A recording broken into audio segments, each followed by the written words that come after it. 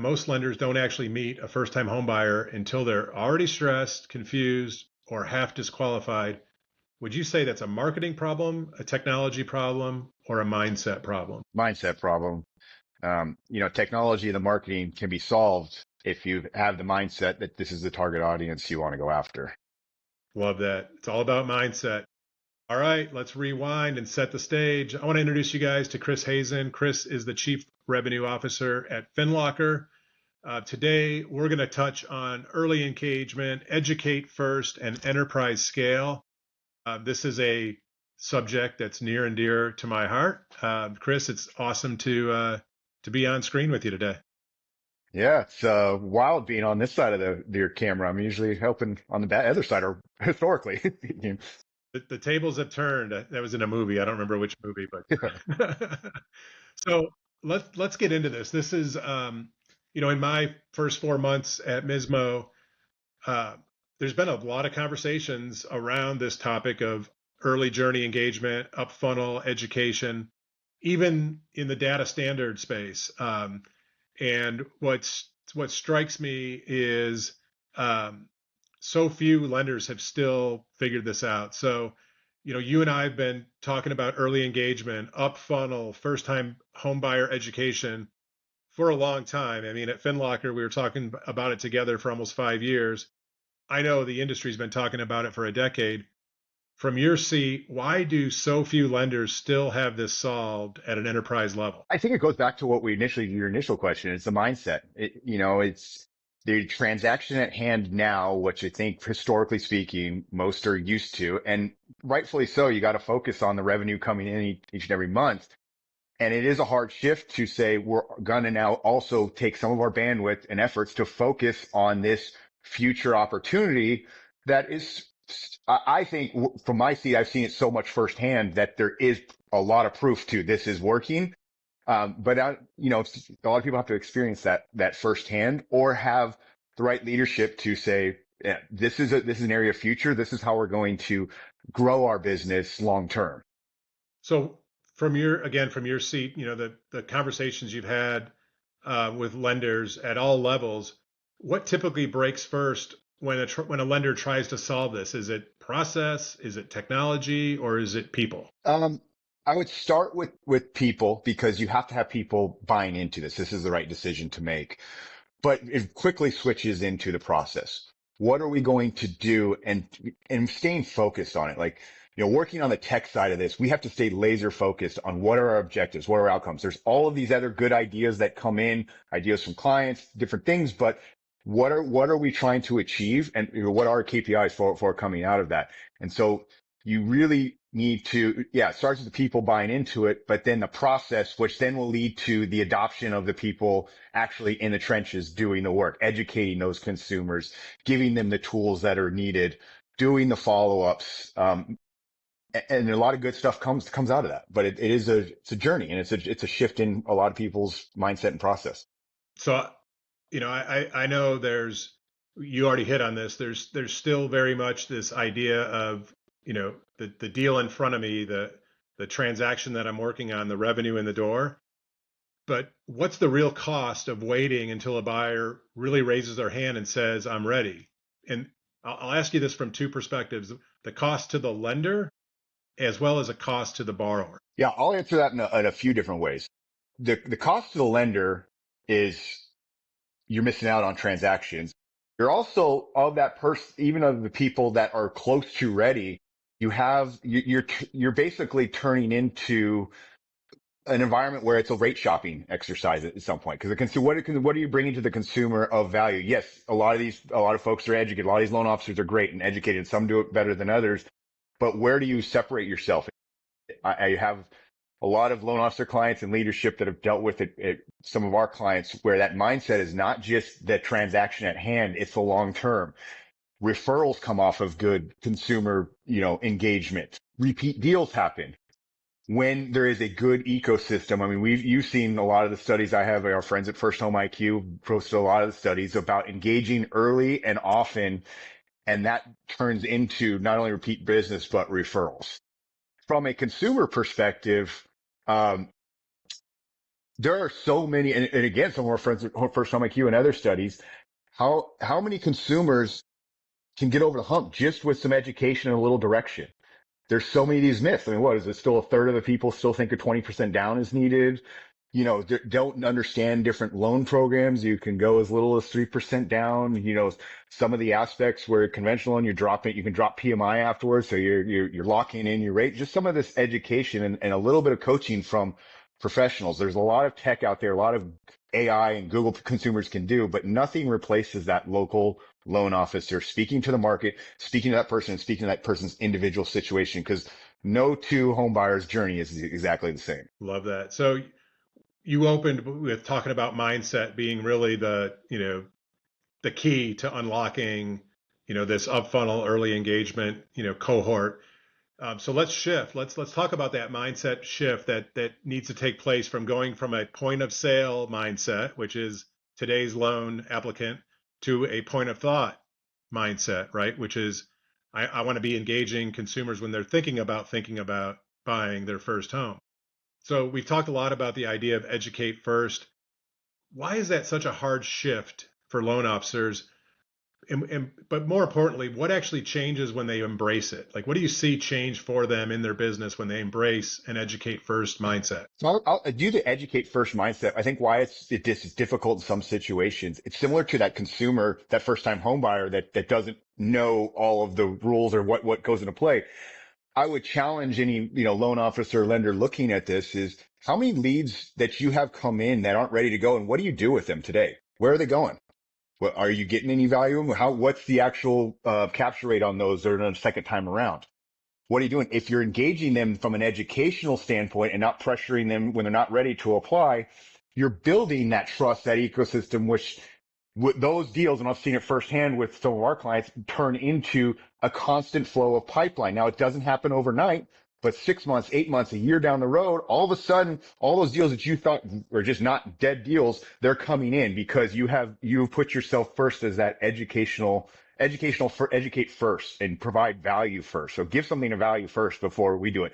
I mean, even our tech roadmap, when we look at it, is like when we're asking the consumer to do something, we also have to ask ourselves, what benefit is the consumer getting out of it by doing an action we're asking them to do? I love that. You just described what I would call what winning early looks like when, as a loan officer, you stop trying to convert and instead try to guide, right? It's just, Yeah. it changes the dynamic. And I love that. And look, you're going to have those folks that are ready to go and they just approved, and those are great. So keep doing that. But I just say, like, you have also these conversations that you don't think are going anywhere today, but if you shift to that education first mindset, you're then that resource. And maybe it's not them that you get that deal from. Maybe it's one of their friends because they're talking, hey, I would talk to Brian and he's giving me so much provided value information. You got to just at least talk to this guy. Love it. So I mean, everything we've talked about, to me, frames up why FinLocker is built for that up funnel moment, right? So let's talk about FinLocker. So at a practical level, how does FinLocker, the product, help lenders and loan officers show up early without creating more noise or manual work? it's a low stress environment for the consumer of, hey, you're not ready yet. That's okay. For whatever reasons, you're not ready yet. Let's get you in a place where you can at least just start understanding more of your options out there and where maybe some improvements, since you're going to be taking a little bit of time, where some of those improvements can benefit you, not only when you do the transaction, but long term. And FinLocker provides that by an app, and it's a secure app. So when you're talking from a consumer value, their data is not getting sold. They're not getting solicited to. You're really in that space of education. So the first set of emails that come out is to his consumer is onboarding them onto the platform. Hey, here's what it is. Here's where you told us you were at in your cycle. Let us help you. Here's some educational stuff. And it's all becoming on behalf of the lender and the loan officer and even the agents that are co-branded. And so you're showing up differently. And then as that consumer is progressing, the loan officer lender is able to work more at scale for those leads. But then the system is sending you these intent signals or different milestone achievements that the consumer has done. And that's a place for you to check in because there might be ready to transact or apply now. Or it could just be another trust building moment. Hey, your credit score improved. great job. Keep it up. We're getting really close. Like, and I've seen, our good friend Abdel, he does that a lot. He gets those credit score alerts, comes in and he's the coach in their corner. And, he really preaches that. So that's very authentic. There's a lot of authenticity to it. But, think about yourself in a first time homeowner position. You're getting beat down a lot. They don't have enough listings that, this market's tight. Interest rates are high. But if you start getting some positive news, hey, it's looking very feasible. You're doing it. You're building that trust. And that's why I think we've seen it firsthand is that pipeline starts to build, that the referrals come out of that as well. Yeah, I love that. And, everything you described, or I'll say it differently, nothing you just described requires a lot of manual work by the loan officer from a system perspective. From the platform, the app, because it is a native app, it's on the consumer downloads it. So now as a loan officer, you're on their phone, right? You now are in their pocket 24/7, 365. Talk a little bit about the alerts that come from the app and how they're driving from the consumer's data directly. Yeah. So when a consumer registers for the app, they have the ability to a la carte engage with different, we call them widgets of the app. But you think about things like credit, your property valuation, if you wanted to, enrolling your assets and getting an automated spending analysis. All of those things are consumer permission data that then we can take at an anonymized level when we're doing this for the consumer, but help guide them to the next step. So the tech is doing a lot of that. But where the real synergy, I guess, just marriage of the local loan officer and the tech really work together is these alerts that go, because it might be that a consumer says they say our readiness assessment says they're not quite ready, but they're close on a category or two. So they could say, hey, I want to talk to this professional to see what my options are. Can I get approved all? Because we know there's not an end all be all for all scenarios. Some people could be close and there could be other programs, other things that certain lenders can do. So it's that level of it where it's the consumers actually raising their hand. And then it's the other level where we're sending those or signals. Hey, someone improved the credit tier. Someone is out searching for properties. They favor this property. You might want to get your realtor involved, follow up with them, or you might want to follow up with them directly just to check in. But instead of picking up the phone and wondering, hey, I haven't talked to you in 6 months, let's just catch up. You're already a step ahead because you've known what they're doing. You're knowing where their interests lie. You're knowing where they might have some struggles or where they're focused on. And so it's just a much more engaging conversation, much easier way to pick up the phone. Love it.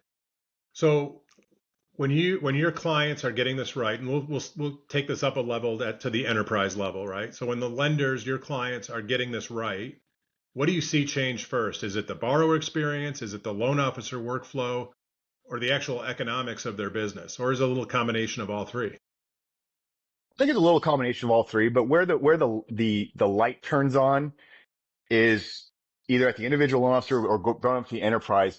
When we go back to that mindset, when you start thinking about, okay, how are we going to use this tool and engage tool? Because you don't want to, if someone's ready to apply now and is good to go, you don't want to distract with this app. But if they're not, they're there. And so you start thinking about I'll give you a great example. Synergy One Lending, shout out to them and Lindsay there, who's been, heading up the marketing efforts this last year. We've seen great improvement from them, not only in our app numbers, but from there, you saw, they've been posting some of their growth over the last year. And a lot of that's been coming from these first time home buyers. So it's first that mindset, but then it's like, where are we going to put this as part of a process? And if you make it part of your process and it's not too complicated to do, hey, someone got turned down, send them an invitation.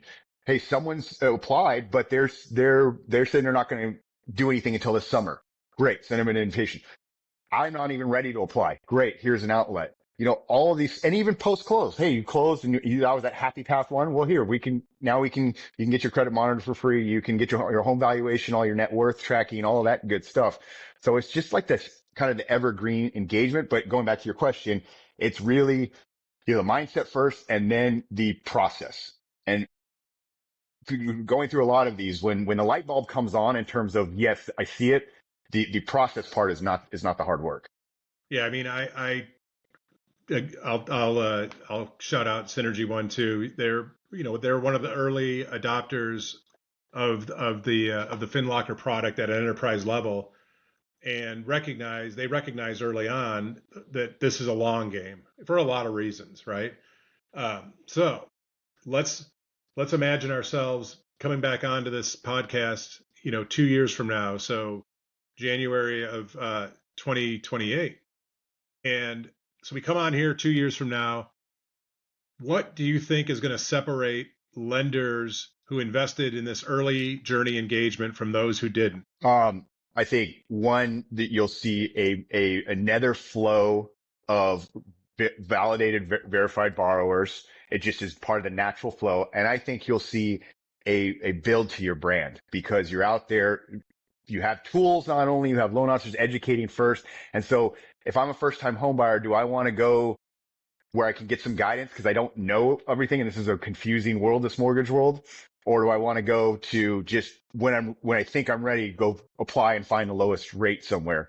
And to carry that further, where our vision is at FinLocker is, you say 2 years from now, our vision is to have a evergreen, fully verified borrower, whether they can get approved or not.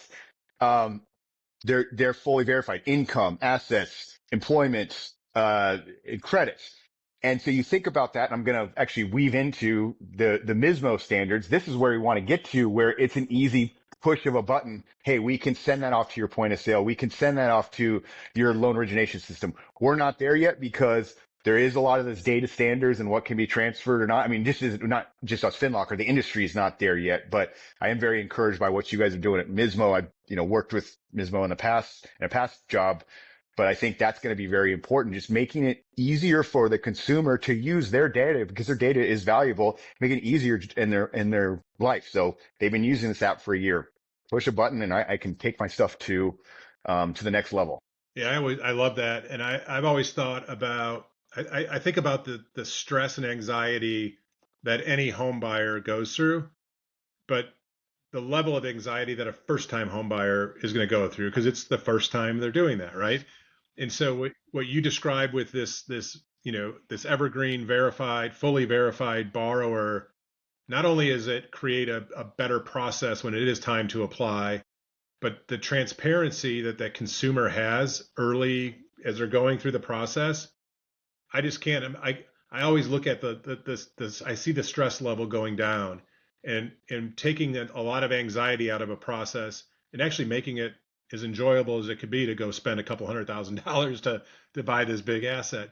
Uh, and since you brought it up, you brought up MISMO and you brought up the standards and the data set. We're really excited. Our next summit, which is in June in Louisville, we are hosting a workshop on the Monday, June 1st.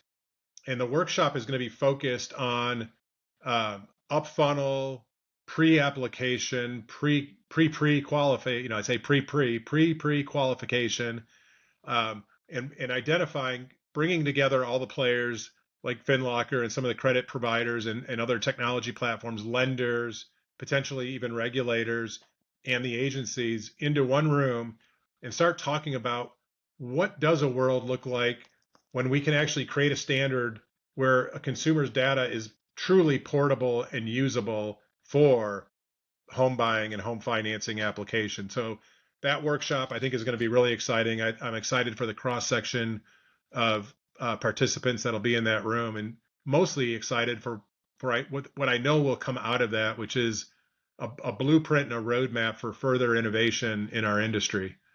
So I hope to see you there, Chris. Now that we're on record, Yeah, you probably have to be there. I want to be there. Yep. I want to, that sounds right up my alley. I'm very passionate about that. I do think, I think it could help everything. Obviously, it could help the consumer. I think it can help lower lender costs when you're thinking about like all these redundant polls that we're doing, these insane credit pricing and, it's just insane verification costs that you know, heart goes out to a lot of lenders. We're experiencing it too, because we have, a lot of the services in there are pulling data, but put it in the hands of the consumer and they feel more empowered. And I think it makes it more efficient for everybody. Love it. Well, Chris, I appreciate you coming on and sharing the FinLocker story to the MISMO community, and we look forward to having you at our spring summit. And I'm cheering, as you know, I'm cheering the team at FinLocker on. You guys got to keep crushing it. Yeah. Thanks, Brian. Appreciate you having me on. All right, everybody, we will see you back next Friday for another episode of MISMO Mic'd Up.